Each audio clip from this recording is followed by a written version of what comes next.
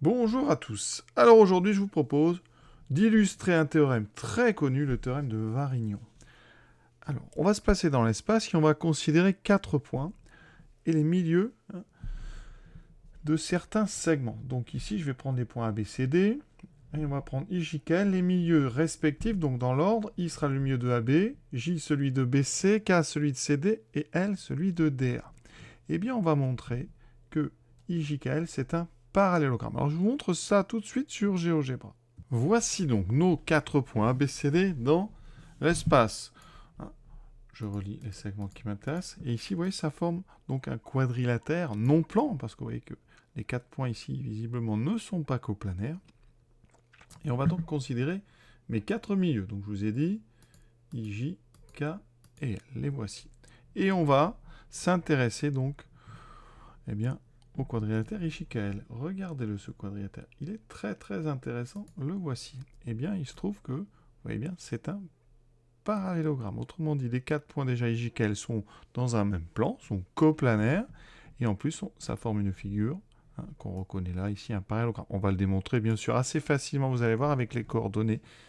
Regardons une autre figure, ici. Vous voyez, ce que je vais vous montrer là, c'est qu'en bougeant les points BCD, on a toujours un parallélogramme. C'est magique, c'est vraiment une très belle propriété. Vous voyez, quand je bouge ici les points, je vais bouger un petit peu, ici, on a toujours ce quadrilatère ici au milieu, qui est un parallélogramme.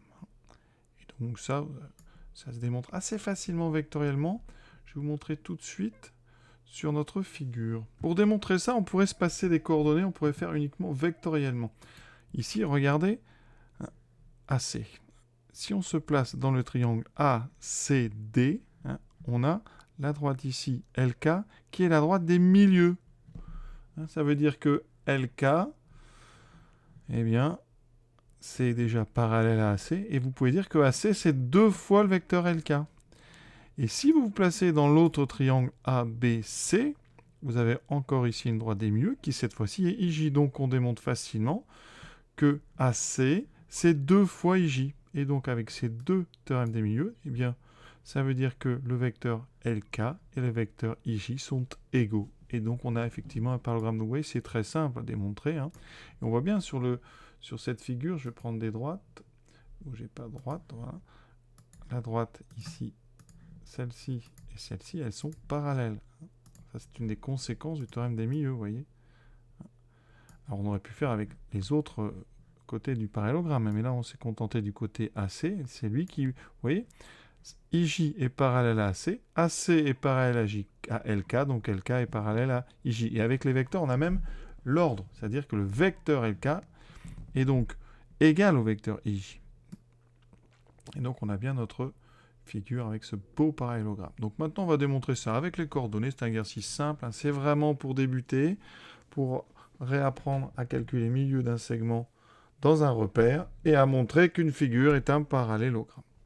On va donc, première question, calculer les coordonnées de nos 4 milieux. Alors je vais vraiment détailler pour le premier. Donc I, c'est le milieu de AB. Donc je l'écris, I milieu du segment AB. Donc il va me falloir les coordonnées de A, 4, 2, moins 4. Les coordonnées de B, 1, 6, moins 3. Les coordonnées du milieu, alors pour le premier je détaille. XI, ça va être XA plus XB sur 2. Ça, c'est pareil que dans le plan. La seule différence entre le plan et l'espace dans le calcul des coordonnées d'un milieu, c'est qu'on a 3 coordonnées, c'est tout. Donc pour le Y, ça sera pareil. Par contre, on aura un Z, donc ZA plus ZB sur 2. Donc en général, vous allez voir pour JKL, ça se fait directement. Là, on fait donc 4 plus 1, 5, divisé par 2, 5 demi. 2 plus 6 divisé par 2, 2 plus 6, 8, divisé par 2, ça fait 4.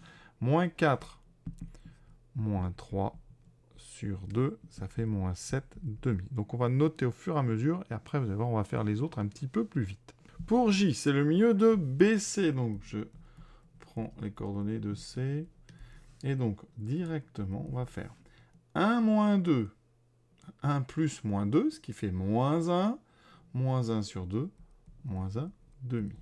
Ensuite, 6 plus moins 2, ce qui me fait 4 sur 2, ce qui me donne 2. Moins 3 plus 6, ça fait 3 divisé par 2, 3 demi. Voilà comment ça doit se passer. Alors après, si vous avez le besoin de détailler, eh bien, vous détaillez comme on a fait tout à l'heure. XJ, c'est donc 1 plus moins 2 sur 2. Vous voyez, ici on a une somme, mais comme c'est moins 2, ça fera 1 moins 2 sur 2. Donc on a bien moins 1 demi. Pour YJ, ça sera donc 6 plus moins 2 sur 2, qu'on écrit tout de suite 6 moins 2 sur 2. 4 sur 2, ça fait 2. Et pour Z, J, ça fera donc moins 3 plus 6 sur 2, 6 moins 3, donc 3 demi. Et voilà comment on va faire. Maintenant, on passe à K. K, c'est le milieu de CD. Ici, donc, je prends les coordonnées de CD, donc moins 2 plus 4, ce qui me fait 2 sur 2, ça fait 1. Moins 2 plus 0, moins 2 sur 2, moins 1. 6 plus 10, 16 sur 2, ça fait 8. Et il me reste maintenant le dernier, les coordonnées de L, qui est le milieu de A et de D. Donc 4 plus 4, 8 sur 2, 4. Alors quand on a les mêmes coordonnées, ici 4 et 4, le milieu aura la même aussi. D'accord ? 2 plus 0, ça fait 2 sur 2, ça fait 1. Moins 4 plus 10, ça fait 6, divisé par 2, ça fait 3. Donc voilà déjà les coordonnées de mes 4 milieux. Et maintenant, on est prêt pour la deuxième question. Alors, un parallélogramme, il y a une propriété.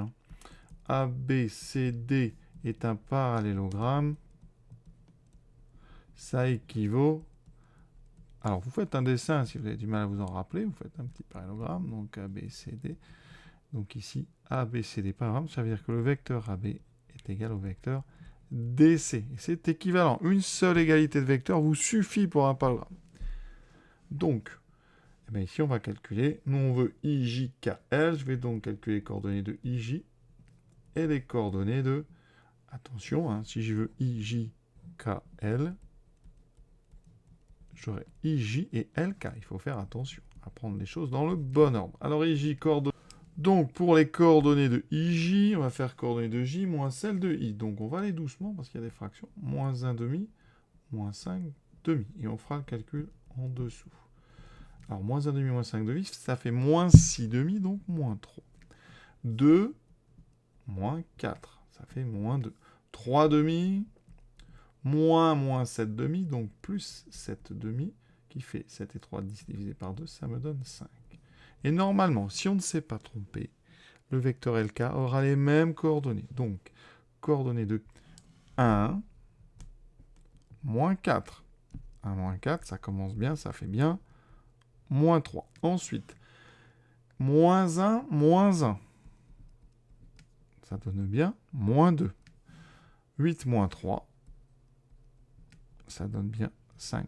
Conclusion de tout ça, eh bien, IJ est bien égal à 1.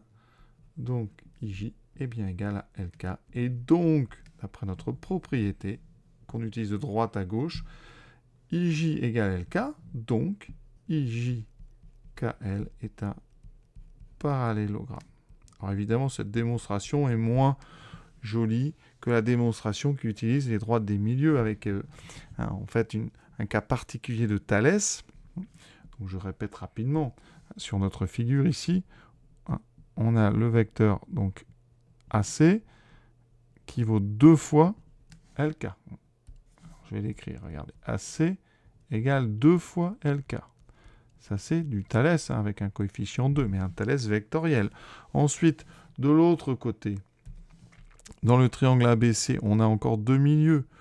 Donc, on a un autre théorème des milieux. AC vaut 2 fois IJ. Donc, vous avez rapidement que AC, c'est 2 fois LK, mais c'est aussi 2 fois IJ. Et donc, vous voyez rapidement, LK est égal à IJ.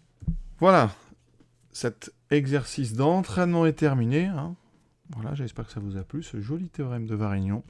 Je vous souhaite une bonne fin de journée à tous, à bientôt. Et je vous invite bien sûr à aller voir la page Wikipédia sur Pierre Varignon, un mathématicien célèbre dans l'histoire. Voilà, c'était le petit plus.